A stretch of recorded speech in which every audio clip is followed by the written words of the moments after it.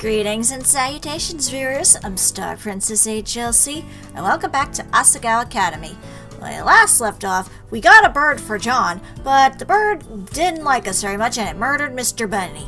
And we finally told Mai about it, but, well, let's see how this goes with our relationship with John and our chance of getting in the Normal Boots Club. So, right now, we were taking care of homework that accumulated over the past week, and oh dear, my tournament points have gone to hell in a handbasket.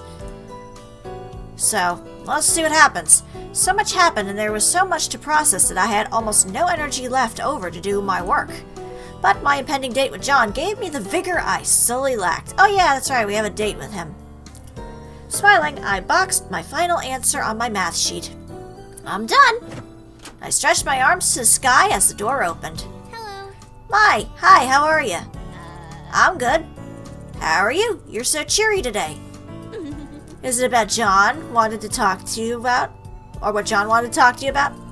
We're going on a date tomorrow. I'm so happy. Instead of the joy that I expected, Mai's gaze shifted away from me. She looked almost upset.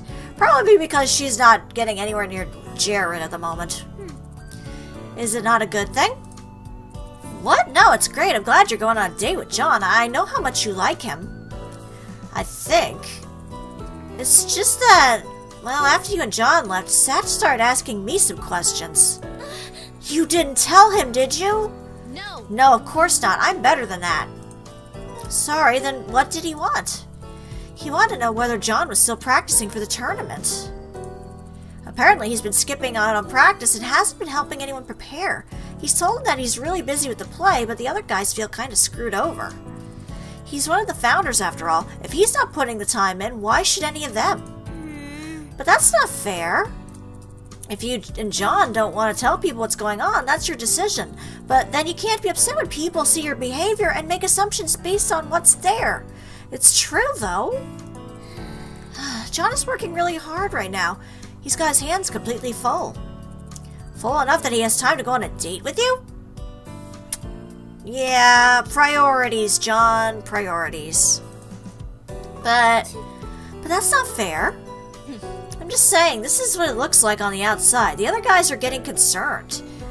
I could say so, although they would try to talk to him first, wouldn't they?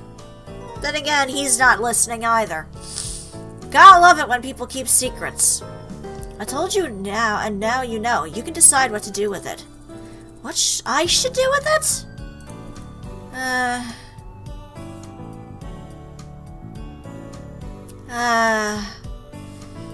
guess I could try to get him to be less stressed. I'll try and get him to loosen up a bit. He's really swamped, and maybe I could do something to help.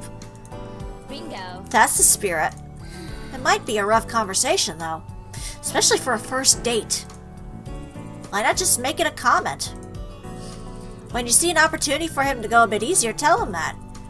That way you don't have to spend all your time with him angsting about it.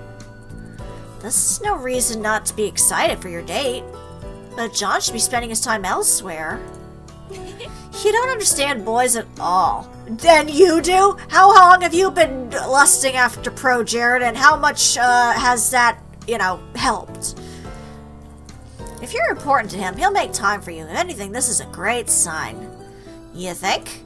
Uh-huh. Oh, I know. Come on, let's pick out your outfit. Not your school uniform. I stood in front of my mirror, running my hands through my bangs. There was a cowlick sticking up in front, and I couldn't get it to lay flat. John would be here any minute, and I didn't want to spend my entire date worried about my hair.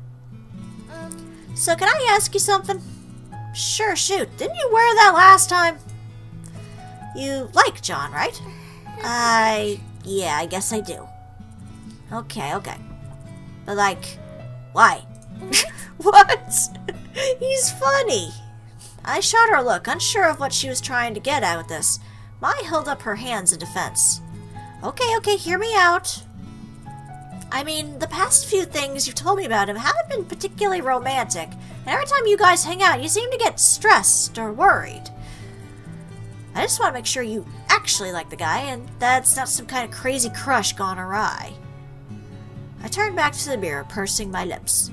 I probably did look like, It did kind of look bad from the outside, didn't it? Especially since both John and I had been so stressed. John did say the wrong thing a lot, which could probably be taken as an actual inconsideration, like he was trying to hurt my feelings on purpose or something.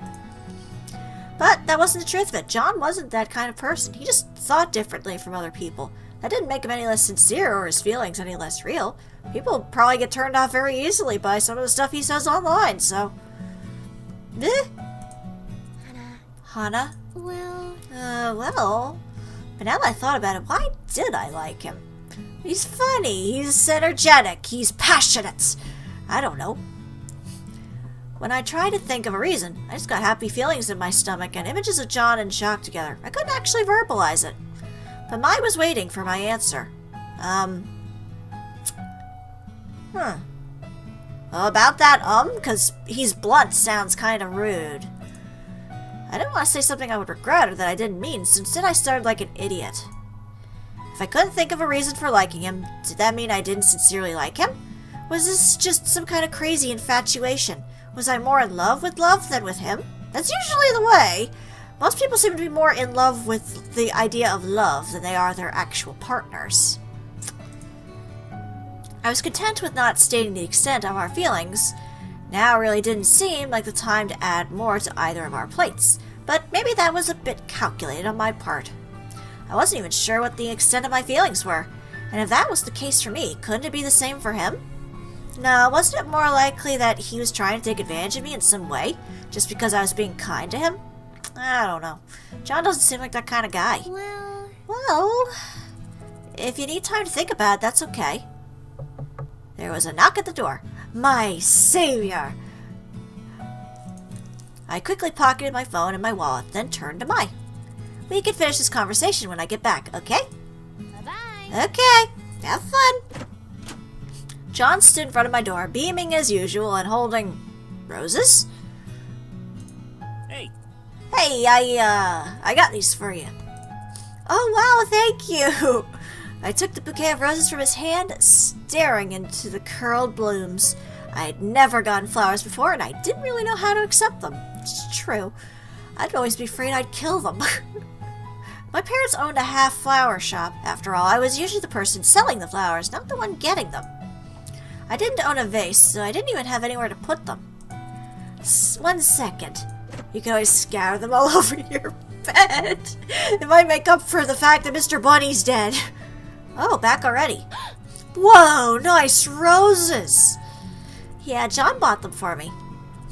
Putting the moves on you, eh? But I didn't know you liked roses. Yeah, look, they match my hair. I searched my face. You don't, do you? It's just that so many people came to my parents' store getting token roses for their real partners. Or their partners. I don't know why I threw real in there. Brrr. Even yelling at my parents on Valentine's Day when there were none left because they'd get in trouble. There was no thought in it, so they don't seem like a meaningful gift to me. But at least he is trying. Anyways, can you find a place to put these? Sure, go on, get out of here. Loves me not. Loves me not. Yay, Jared loves me! Okay. Smiled in thanks and headed back out into the hall. Okay, let's get going. Right, where are we off to today? Well, I thought a lot about it, and there's this crazy good restaurant in the mall. I made reservations for a romantic candlelight meal for 2. Aw, a candlelit dinner for lunch. Take it where you can, sweetheart. Take it where you can. John watched me eagerly, anticipating my reaction. Oh, great. It sounds like fun. He grinned broadly, pumping his arm as if he just won a game or something. I chuckled quietly to myself. Yes! Sure, so candlelight dinners at lunchtime weren't my jam, but he was still taking me out and trying to show me he cared, even if it was in the most stereotypical way possible. Maybe there wasn't as much thought in it as I would have liked, but the feeling was still there. I could go along with this. Yay! That's what I told myself, but holy shit was this awkward. John and I were seated around a table in the back seat of a dimly lit room, partially secluded from the rest of the restaurant by plants and paper screen dividers. I'd be worried I wouldn't be able to see my plate and I'd miss my mouth. Partially secluded, as we were surrounded by bickering families and old people out for their usual discount lunch. Fun! It was unusually hot, and the couple to our right kept hissing barbs at each other under their breath. The wife had already threatened to divorce her husband twice. Oh, so they're a happily married couple. You okay? You're looking kind of pensive. Yeah, I'm fine. Sorry, I was just thinking. Thankfully, the waiter came to take our orders. I asked for water with extra ice, and the man smiled knowingly at me. Just before walking away, he produced a small dark box from within his apron. He sat in front of me and winked. With a quick glance at John, he was off. Oh god, he's not proposing to me right off the bat on the first date, is he? What's this? Open it up. It looked like a jewelry box. John wouldn't buy me jewelry, would he? He got her the necklace like her mom's. The one they saw at the mall, I know it. I grabbed the cardboard lid and ever so gently lifted it up. Inside were 2 small pink flowers shaped out of what seemed to be some kind of sugar. Oh my gosh. These are beautiful. Darn, I was hoping it was going to be the necklace. Aren't they? I had them picked especially for you. I figured you probably never had one considering they're so expensive. He faltered in the middle of his sentence, for once aware that what he was saying was not the best thing given the situation. Anyways, they're my favorites. This old man from back home used to make some every March and bring them around to all the neighbors, which is a lot easier said than done because some of the grounds were huge. He had to walk quite a ways. Really? Really? Why would he do all that? March was like a month of anniversaries for him. Him and his wife, him and moving into the neighborhood, him and coming to this country, all that kind of stuff. So he tried to share it to bring a sense of community to the neighborhood. That's so cute. My neighborhood used to have communal barbecues and movie nights and stuff like that. Really? Really? Yeah, people would get together to help watch over each other's kids, and when there was a yard sale or someone was moving away, everyone helped. We knew what it was like to be kind of sad and tired all the time, so everyone tried to help out where they could. We were usually happier helping someone out than we were on our own. That's so sweet! He peered at the flower in the box. So you already know all about this then? Uh-huh.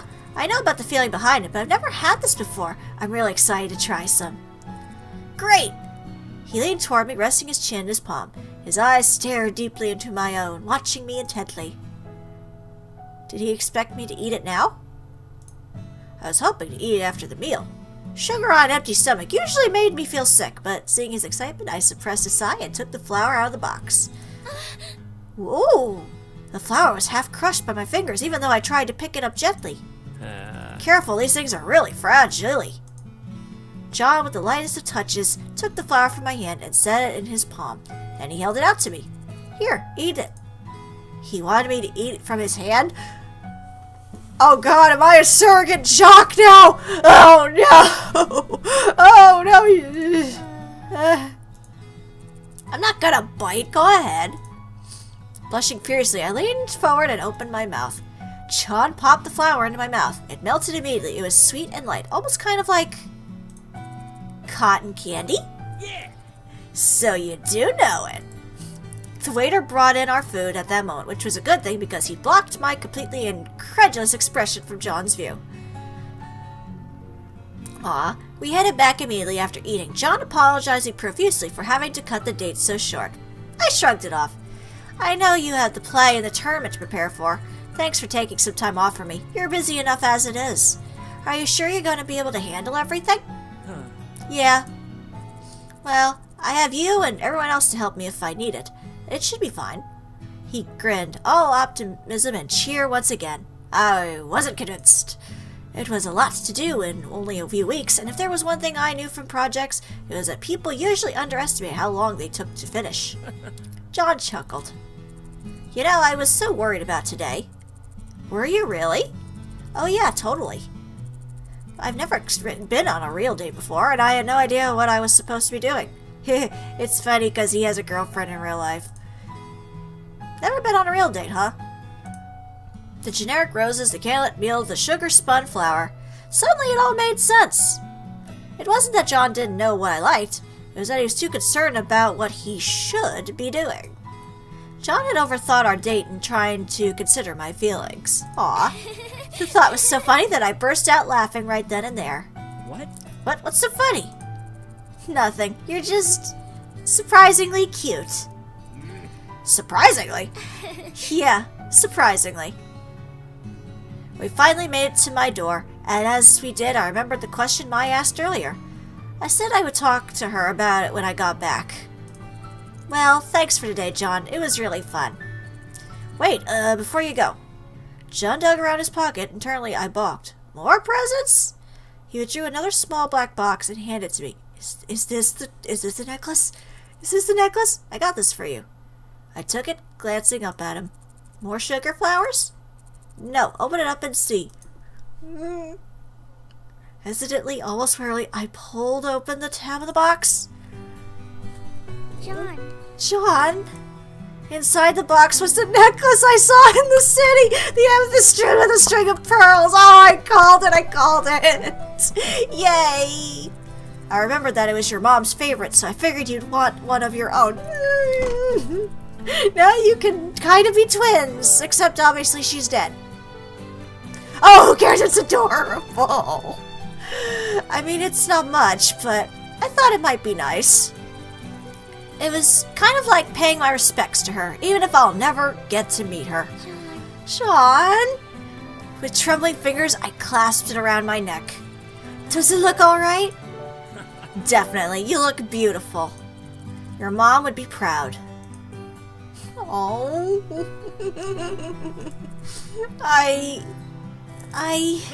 Oh God, no, why are you crying? Did I do something wrong? Did I overstep my boundaries? No, you made her happy. Oh my God, stop crying. Holy shit, please stop. What do I do? I pulled him into a hug, burying my face into his shoulder. Nothing. This is a good kind of crying. John patted my shoulders awkwardly. Good? I guess. I wiped my tears and stepped away from him, unable to meet his eyes. Sorry. Right, well then, I'm going to go. Thank you so much, John. We should do this again sometime. Yeah, definitely. John skipped happily away down the hall, hardly a care in the world. Hana. Oh, hey, back already? Yeah, I am. What? Nice necklace. John gave that to you? I nodded, then took Mai's hands. Mai, I know John can mess up sometimes, but he's really just the sweetest, most considerate guy in the world. Are we talking about the same John here? I pulled away from her, chuckling lightly. It's weird, Mai. Sometimes John can be such a buffoon, saying the wrong things at precisely the wrong time, completely ignorant of what you should never say to a girl. But then the other half of the time, he can be super sensitive and understand what someone's going through without them even needing to say anything. I shrugged. I just don't get it. But you like it. Of course I like it. Well, good. You were so sad the other day, I was really worried. I'm glad you two worked it out. Is he feeling better now, too? I think he's doing a little better.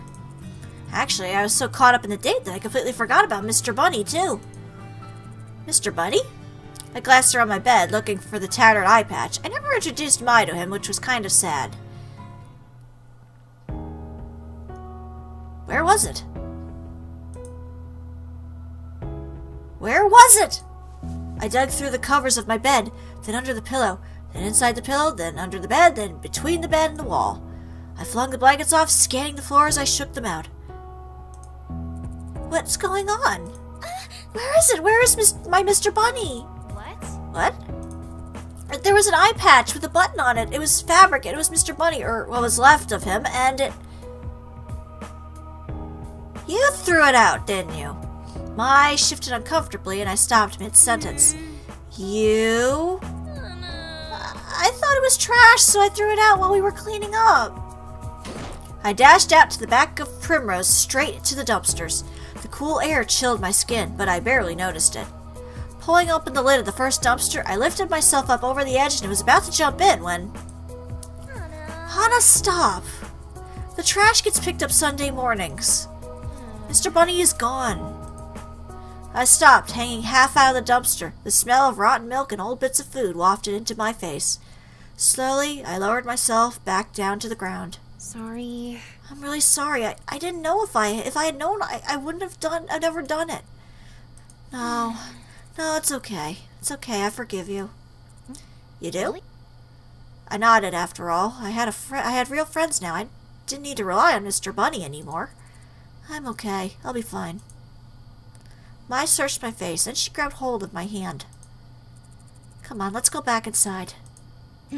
It's Sunday night, after all. We should have some fun. And then Mimi was like, I don't have to work hard for my grades. They just come naturally. Can you believe that? She's such a cheater, but I don't have any proof, so I can't do anything about it. What a jerk she is. Right? I know, it really just peeves me off. Having a fun Sunday night meant to Mai sitting around and painting our nails while gossiping about the class goings-on. Hey, so I heard Miss Shizuka was totally hitting on a student during lunch. Initially it was pretty fun, but as time passed I started to get a little worried. You ever notice that Kakusu seems a little weird? Sometimes I feel like she's not looking at me, but more into me, like she's scanning me or something? Is that the one who's actually a robot? Mai really loved to talk about other people, especially when she was angry, or when she felt like there was something fishy going on. If someone was screwing someone else over being a bad friend, Mai was the first to spread it around.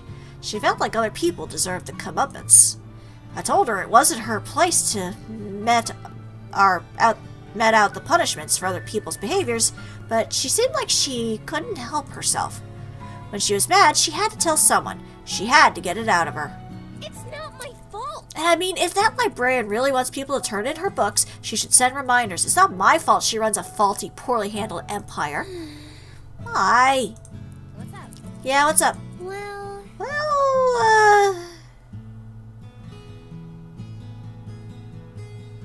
Oh dear. You're really not going to tell people about Jacques, right? What? Of course I won't. What kind of fool do you take me for? I don't take you for a fool.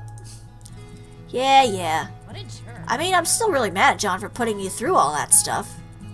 I don't like seeing you sad, and I know he was going through a lot, but Jacques is just a bird. There's no reason to put others through so much trouble. Mai, I don't think you really get it. What's not to get? Anyways, point is, that's over. He's being nice again, and as long as he's nice to you, I don't care about what happened with Jacques. Happy? Yeah, thanks for reassuring me. No problem. John's a little rough around the edges, but I get why you like him.